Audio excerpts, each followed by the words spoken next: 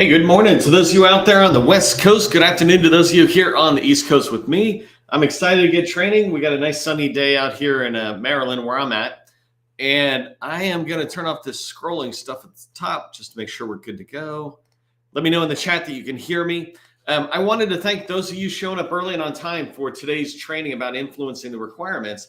And I like to start off before we get started diving into the depth of the training with a little tip of the day. And so today's tip of the day is coming from a quote that I love. It's from Zig Ziglar. And the quote is, you can have everything in life you want if you'll just help enough other people get what they want. Zig Ziglar is a mentor of mine. He's been a mentor pretty much my whole career. He's a sales guy, right? And so I'm a sales guy at heart. And I've lived and breathed by this whole idea. I actually teach it to my kids, right? I have 10-year-old twin boys, and I teach them the same thing, especially when it comes to interacting with me. It's like, you can have anything you want in life if you just get me what I want, which is, at these days and age, good behavior and listening to mom. But in life, it's the same thing. And I really want you to understand this as it goes into today's training. I'm going to talk about how to work with the customer and the federal buyer and influence requirements, et cetera. And this quote fits right into that. You can have everything you want out of life if you just help enough other people get what they want. And in this particular case, we'll be talking about how do you work with program office personnel to get them what they want, or how do you begin to have those conversations? That way you get what you want, right? Another way of saying this is seek first to understand, then to be understood. Understanding the customer will help you be able to get them what they want, and then you can get what you want out of it, which is generally, in our space right now, a contract. So that's a tip of the day as a thank you to those of you showing up early and on time. I really appreciate it. When you do show up early and on time, if you don't know this, first off, it just makes me feel good and my team feel good. We appreciate that you do. But the second thing is the LinkedIn pushes this training out to other people and says, hey, we're live. Come join us live so you can be part of the community as well as the training. So let's go ahead and get diving into the training. By the way, today's training, we're going to be talking about influence and requirements. And I always have people coming in here from Twitter, Facebook, and YouTube, as well as LinkedIn, which is where we're all at. And I encourage those of you who are not on LinkedIn to make sure you come over and connect with us on LinkedIn, because that's where the activity happens. That's where you can interact with community. It's where I can make introductions, etc. In today's training, we're going to be talking about how to wire federal opportunities to your strengths. One of the things that you run into if you've been in this business long enough is you're going to look at an opportunity from Sam or from wherever, and you're going to look at it and go, I feel like it's wired to somebody else. Like somebody else helped the government write this, although that never happens, right? I feel like it's wired to another company. It's wired to the incumbent or a particular type of company. It's wired to anybody but me. It's wired to the competitor. And there's this great line, right? Just because you're paranoid doesn't mean no one's chasing you. And it's the same thing here. Just because you think it's wired doesn't mean it's not wired. It could be very well wired, but that doesn't matter. And I have a whole separate training where I talk about how to knock the incumbent out of the competition there. But even if you feel like it's wired, right, that's not a bad thing, right? One of the things you want to do in government contracting and sales in general is you want to take opportunities that you would like to win and that are good for your company, and you want to wire them in your favor, or you want to de-wire them. And I'll talk about this in detail going forward. But the idea of wiring them is to make it play to your strengths, and the idea of de-wiring them is to avoid your weaknesses, right? That's the whole idea. You want to figure out if there's things that are in the opportunity that are wired to the competition. De-wiring is like identifying those and try to pull them out early in the acquisition life cycle. One of the things that's really important when people like me use the term wiring, right? And I'm totally comfortable saying, get out there and wire an opportunity. There's nothing wrong with wiring it. Sometimes there's problems people have in their head about a word and they say it means this, but wiring is basically just influencing. You're influencing an opportunity so it plays to your strengths and it avoids your weaknesses. There's nothing illegal about this, and there's nothing unethical about this. This is really only done when you get in and have a conversation with the program office and give them data and evidence that they start saying, you know what, I think we should go this direction instead of this direction, right? I could use a different word than wire, but wiring is what we use when we feel like it's done against us. And so I want you to think of it as a positive thing. What are we doing to wire this opportunity in our favor? Nothing illegal, nothing unethical, nothing. I like to say, toe the line and take a full step back, right? Don't ever even lean over the line. And so when you think about wiring, think of it as just influencing. So today's training, I'm going to talk to you about why it's important that you influence requirements in the opportunities you want to go after. The second thing I'm going to cover down is when can you start influencing those requirements and when should you? And then the last thing I want to tackle is I got 12 different tips on what you could wire or dewire as we go forward. Today's training, it's a 30-minute training. So we're going to be going really fast in here. You can watch the replay later. But inside of the training, make sure you engage on the chat if you got questions for me. So if you don't know who I am, my name is Neil McDonald. I'm the president of the GovCon Chamber of Commerce, and I want to welcome you to my federal sales training. I provide tips for success to people just like you.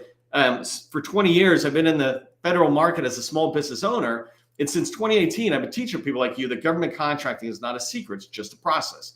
When you follow a process, you'll have predictable, repeatable success, and that's what I want for you. Do me a favor, if you haven't done this already, and I'm kind of tracking in the comments here a little bit, but if you haven't, put your company name and your core competency into the chat. Help buyers and me and others remember who you are. And then also engage in the community. This is your community. I bring us together so that I can teach a topic of the day, but also so that you can interact with each other and begin to network, right? Don't sell in here. Find people that maybe you can sit there and help. Okay, so let's get rocking and rolling here on why you want to influence the requirements of opportunities, right? We call it wiring sometimes. One of the main reasons is because you want to play to your strengths and avoid your weaknesses. And what this really means is if you're looking at an opportunity and you have strengths that are related to that government requirement that's coming out, or you know it's coming down the pike, right?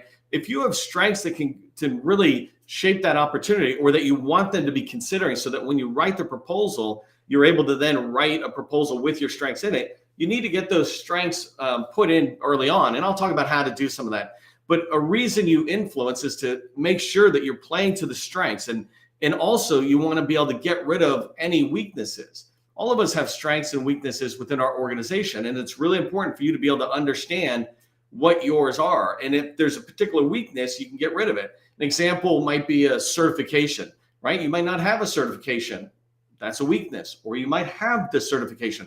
That's a strength. And so using that example, you can play to your strengths or you can play to your weaknesses by getting that certification put in or pulled out. That's wiring it or dewiring it. Another reason why you want to influence the requirements of a government opportunity or federal opportunity is to reduce the competition. If you can put something in to the opportunity into the technical requirements, right? I'm not even talking about acquisition for the moment. And actually, if I take a break for 1 second, you can influence an opportunity that's in your pipeline in two ways: on the technical requirements and on the acquisition approach, right? So I'm separating them out. I've done whole trainings on how to influence the acquisition approach, how they buy. Here it's about what they buy, but you want to reduce the competition. So, when you put something in, let's just stick with a certification as an example. If you put in something that says you should be Microsoft Gold, and really that's important, and you talk to the program office, you're letting them know why it's important, right? Or why it's not important. But when you put it in, there's only so many Microsoft Gold partners. And so now it reduces the competition. The other reason for influencing or wiring a requirement or trying to influence it is because you want to discourage your competition. This is all just friendly, normal sales, right? You're trying to reduce the competition. If you could reduce it literally to one company, yours, you'd be okay with that, right? And so these things that you will be learning today, or that you'll be executing on opportunities in your pipeline, these are things that can reduce the competition by just completely eliminating them or discouraging them, right? You might put something in or encourage something to be put into the requirements that people start looking at it and they go, oh, that's wired. And because they didn't watch my training where I said you can beat the opportunities that are wired if you're the best of the best, they get discouraged and they go, you know what, let's not go after that. That one looks wired. There's nothing wrong with an opportunity that's wired that you pursue if you know that you're the best at the best. The whole separate topic. But I like this idea of trying to discourage the competition. One part is eliminating them out. They cannot play. The other is they will not play. They don't want to play. They take their ball and they go home. The third or the fifth one here, the fifth bullet on why you want to influence the requirements is that you can increase your win probability, right? No fancy terms. It's just how probable is it that you're going to win? And the more stuff you can get put in that represent your strengths, And the more stuff you can get taken out that reflect on your weaknesses, the higher likelihood that you're going to win, right? The more you increase that win probability. I don't like the term P-win at all. That's why I don't say it in there. But your probability of winning. I think we're going to win more and more the more stuff we get put in that is just screaming our company's the best at this. And that goes to the last bullet, right? Maximizing your winning proposal score. I have a whole bunch of trainings on winning proposal scores where I say you should use a winning proposal score in your pipeline and not a P-win. P-win's kind of made up, but a winning proposal score, it's calculated. You have to sit there and do certain things in order for that score to go. You cannot guess what that score is. It's calculated based on facts. For example, did you meet with the program office? If you did not, then you can't maximize a certain part of the winning proposal score. But when you start getting in and influencing the customer, that increases the calculations that I have on a winning proposal score. And a winning proposal score, let me just see if I can back up easily. A winning proposal score is really impacts the proposal right here. What I say is you don't want to just submit proposals to the government. You want to submit winning proposals. That means proposals when the government gets it, they're going to go, oh my God, I wish I could award this contract to this company. But, I got a couple of companies that have winning proposal scores. And so you want to be driving your opportunity through the pipeline in a way that it increases the likelihood or maximizes your winning proposal score. So these are just some reasons on why you want to influence the opportunity. The next one is when and how. And so I just wanted to put this down as you look out into your pipeline and you say, well, how can I influence or when can I influence the opportunities? Most importantly, really, it's just, it's like voting early and often. You want to be in there as early as possible in the life cycle, right? And so if you haven't seen this diagram before, this is an example of one of the federal agencies' processes or acquisition life cycle, right? It's their roadmap, acquisition roadmap. I've got a whole separate training where I walk through this and I talk about it. But one of the things I want you to be paying attention to is that you can start moving backwards in this roadmap, getting to the earliest stages. Here it says team formation. That's not even the earliest stage, right? If you go before that, this is the earliest stage in the formal process. If you go before that, there's this idea stage, this ideation stage where the program office is thinking about where they want to go. They haven't even got formal yet. They're just talking about where they want to go. You want to get in that early. I put in here that you want to be looking 12 to 24 months out. And the reason I say this is this training in particular, right? It's important for you to pay attention to what I'm teaching, but it doesn't go out. It's not designed for like, hey, you got an opportunity that's coming down in 3 months or even 6 months, right? 6 months is really close. If an opportunity is dropping in 6 months, you can absolutely do this, but that's like the latest or the shortest time frame. If you really want to shape your requirements and the opportunities in your favor, then you want to give yourself a decent amount of run room. And so that's why you look at your pipeline and make sure not only do you have opportunities that are going to be the RFP will drop in the next couple of months, but you want RFPs that are dropping pretty much every month for the next 24 to 36 months. And that's not hard when you start looking out and you're looking at recompetes, et cetera. And so when you're able to look farther out, you're able to engage in this process for 12 to 24 months. And the reason this is important is that third bullet, you're building strategic relationships. These strategic relationships are with teammates who could help you, but with contracting officers in there, with program office personnel. It takes a little while to get to know those program office personnel or to even meet them and then to begin to turn it from a contact into a person I know to a strategic relationship, right? And so you want to give yourself time to build those strategic relationships where they know, like, and trust you, which will put them in a position to start having candid conversations with you. The government is allowed to do this during market research. They're encouraged to engage with industry, but not a lot of people are going to engage with you if they don't know, like, and trust you. So give yourself time to build that into the strategic relationships that you're developing. And the last tip I just had here about how to influence is just meet frequently with these people. So let's say you have an opportunity. If I had an opportunity in my pipeline, I'd be aiming to have 10, maybe 20, but 10 people who are in the government, in the program office area, either the direct program office or dotted lines off of that main program office. I would want to know who they are and begin to meet with them. I said frequently, and that word might be a little bit confusing. What I mean is continuously meet with them steadily meet with them. I don't need you to meet with them every single week kind of thing, but this idea of tracking on them. How can I stay in front of them? How can I continue to build our relationship stronger and stronger so we can have more candid conversations about their challenges and goals, maybe how our solutions fit or how we've been helping other customers. It allows us to have these conversations. And I don't mean like I'm off having a beer and it's a secret conversation. I mean, I'm in your office and we're talking about your needs. That's where you're going, right? And so you could do this by being in the office and having meetings. You can engage with them on LinkedIn or do things on LinkedIn that attract them to what you're sharing.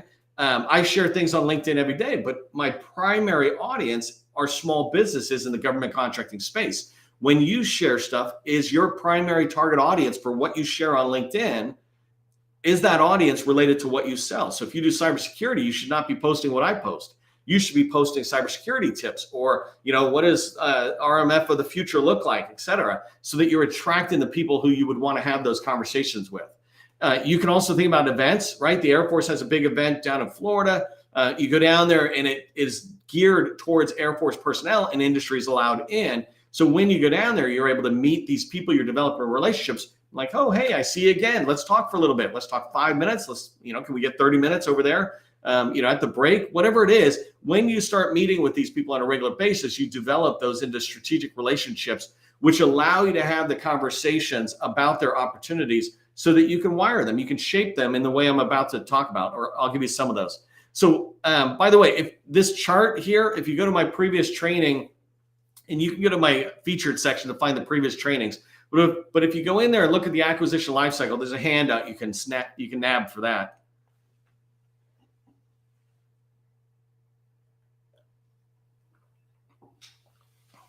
Okay, so for the last half of the training, because we end right at 12:30, I want to talk about what to wire or dewire in the requirements, right? What to influence in the requirements. We also call this shaping the requirements, right? How can I shape the requirements?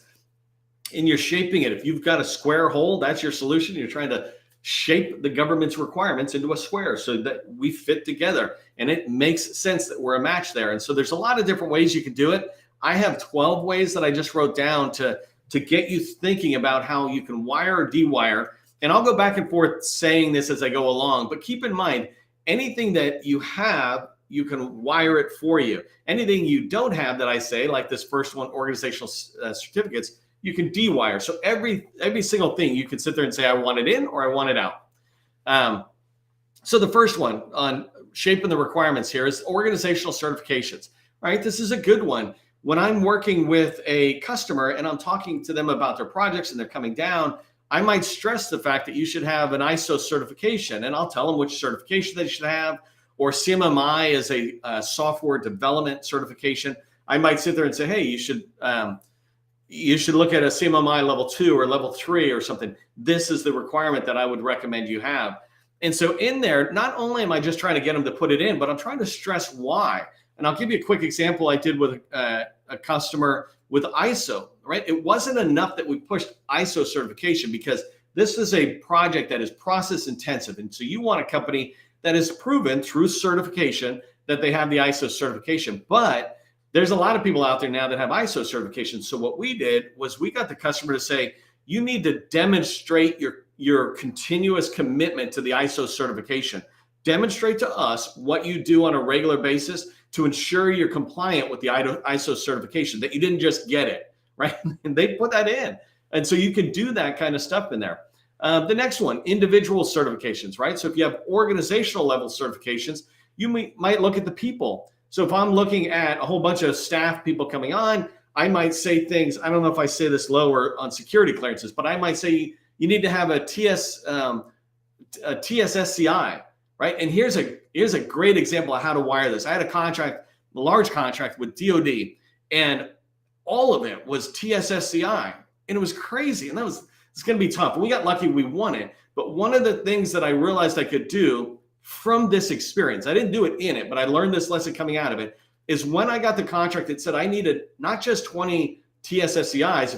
If you understand security clearances, there's another one called Yankee White, and that's the one that was for these folks. And so when I started the project, when I went in, I said, hey, why don't we just have 3 people who are Yankee White and the rest of them work at my site, because we're doing software development and we still have to run through NSA or chest scans to come in. So why don't they work here? And these 3 people are responsible for on-site face-to-face stuff and moving the software through the system.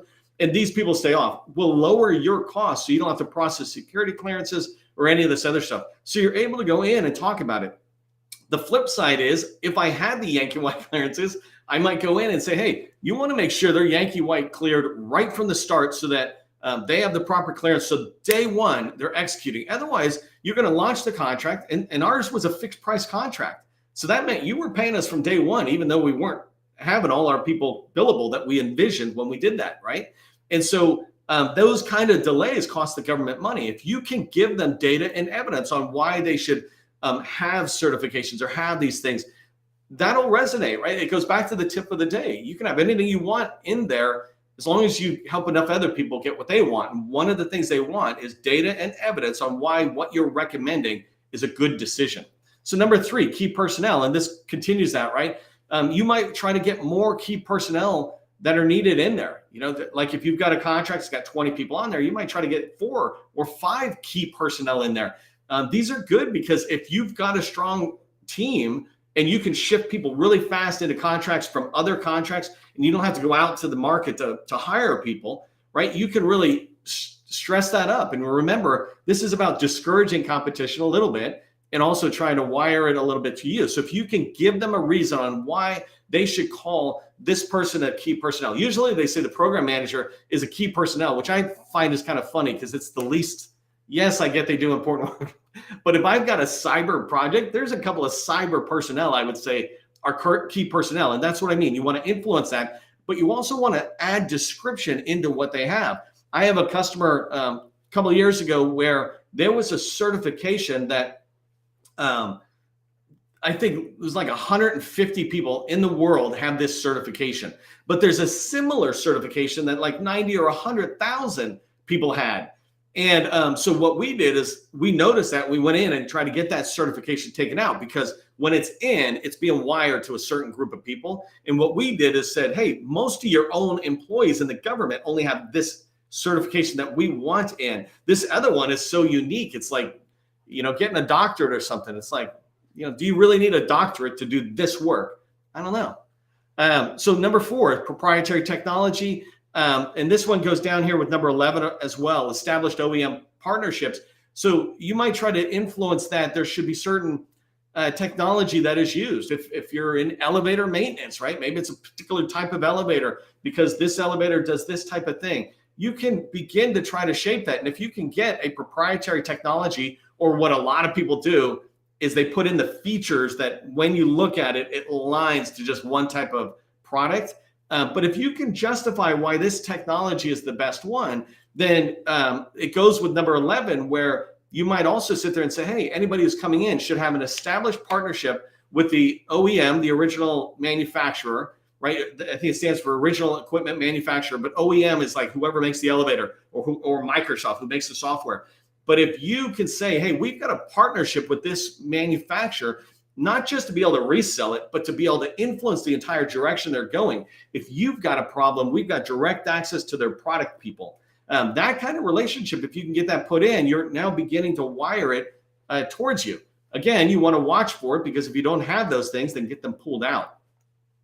Past performance is a typical one. I hope a lot of us know. Number 5, past performances that are required or that they're going to be thinking about. You can start talking about it early on. This is really valuable if you have good past performances, that you start saying, look, you know, you need to have past performances that are this way, that represent this. And literally, you're basically describing your past performances. Now, in order for you to be able to get that in there, you've got to have good data and evidence that says why it's a legitimate requirement to get in, right? I'm not trying to bamboozle anybody, but I'm trying to get them to go, hey, you really need to think about the past performance requirement criteria that I'm saying, because when you have a company like ours that has this past performance and has done the work with this way, an example is I've done a lot of software development, but I have never done ashore in the Navy and afloat, like going back and forth. I'm pretty sure I can do it. But if somebody had that experience and they come in, they'll discourage me. They'll certainly perhaps even knock me out, but they'll discourage me. And what the person who has that experience can do is to say, look, It's a completely different world to transfer software back and forth between the Navy installation and a submarine. I'm like, yeah, you're right. I mean, literally, it's not actually that hard. But when I think about it, and if I don't know it, it begins to discourage me. So you want to think about that same thing. Another way of thinking about past performance is to get user count or dollar volume up, right? So that the sizes are there. And of course, you can decrease these requirements as well. One of my favorite ones that you might try to do is oral evaluations, right? They're allowed to do this, and you can talk to whoever you're working with, the contracting officer, et cetera. But basically, as they go through this journey, what I would be trying to tell the customer is, hey, why don't you bring vendors in, even during market research, and say, come on in and talk with us. And in fact, have a loose conversation where we're talking about a particular case. And then as it moves forward, it can be even more tight. You might put in a proof of concept type requirement in the RFP process. But having oral evaluations where we're encouraging the customer to evaluate all of us vendors face to face. And the way we make that argument is to say, look, don't have a bait and switch. Don't have, somebody just write a proposal and then you find out no one can do the work. Talk to the people who are saying that they're going to be the key personnel, right? This happens, or the chances of you being able to do these kind of things happens the higher the dollar volume on the product is, or the opportunity is. But if you can get that in and you're really good at what you do, you will wow them, and you want to wow them. You want to impress them at any given chance. And if you think you're better than the competition, then you want to go toe to toe, right? Okay, number 7, tasks and subtasks, and number 8, deliverables. These are all kind of related, but just look at the RFP, right? Either look at the draft RFP if it's coming, or look at the previous RFP, and look at the way they write tasks and subtasks within there, and then look at the deliverables that they have. What I like to do in particular is put more stuff in. I like to make it like, I want the government to hold us more accountable because we're just good at what we do. So what do we care? Right? So I want to put more of it in, so it discourages other people who are just going to try to dabble into a requirement and go, oh, we can do that SharePoint thing. Yeah, but if I put it tougher and tougher and tougher, if I could say, here's why you want us to be able to give you a communication and a user adoption plan, right? I want to see a plan in your proposal that tells us how you're going to ensure adoption. It'll get rid of a lot of people who can just do the technology and aren't really good at the people interaction. And so that's a shout out to the software side of the house, where we really need to engage with the user, where if you install elevators, you don't really need to engage with the users as much. But getting those tasks and subtasks and deliverables shaped in a way that really play to what you've done in other places allow you to wire these requirements. One of my all-time favorite things to do, if I can get it done, is to go into the government and convince them to do a much lower page count, right? For most people, it's very, very hard to write concisely. I'm forgetting who my quote, Mark Twain. Mark Twain said, if you want me to speak for an hour, I can get up on stage right now. But if you want me to speak for 1 minute, I'm going to need months of preparation. If you want me to speak for 1 month or 1 minute, I need months of preparation. If you want me to speak for an hour, I'll go up on stage right now. And I'm the same way, right? I can just come up and talk. And what it means is it's incredibly hard to be concise. And so if you can get number 10 here, if you can get the page count limit lower and say, hey, you don't really need a lot of pages to answer the question, can you do the work, right? And just try to bring it down 10, 15 pages. That's one of the ways you can discourage other people from responding, because they're like, wow, how can this happen? If an opportunity's got 50 or 100 pages, then everybody's going to be putting stuff in. Number 11, I already mentioned. Number 12, just playing on the key personnel and the people. One of the things you might try to push is with the program office in particular, is helping them see number 12 as a need for requiring resumes and letters of commitment. So if somebody commits to this contract, if we win it, but having a resume, but encouraging them to have resumes, 10, 15 resumes. The more you put in there, the more you're going to discourage your competitor. And if you've got a good, strong team and staff or a bench that you can bring forward, if you're good at talent acquisition, then you want to make that a strength that you're putting into this. And you let the program office know that when you've got those resumes, there's a really good chance that this contractor who's awarded the contract is going to be able to start on day one. So those are just some ways that you can shape opportunities, wire the opportunities. Here's what I want you to remember from today's training. First off, BD and capture literally is about wiring an opportunity. Early on with BD, you're just getting to think about all your strengths, and then you begin to align it to opportunities. Number two, you can't do anything without relationships. Make sure you're reaching out, developing strategic relationships. I do a ton of teaching on that. And the third thing is make sure you understand the acquisition approach in the process for the agency you're going after, the contract shop that you're going after. If you've seen one contracting shop, you've seen one contracting shop, right? They all follow the FAR, but ask them, what's your acquisition approach, or what's your life cycle and your process?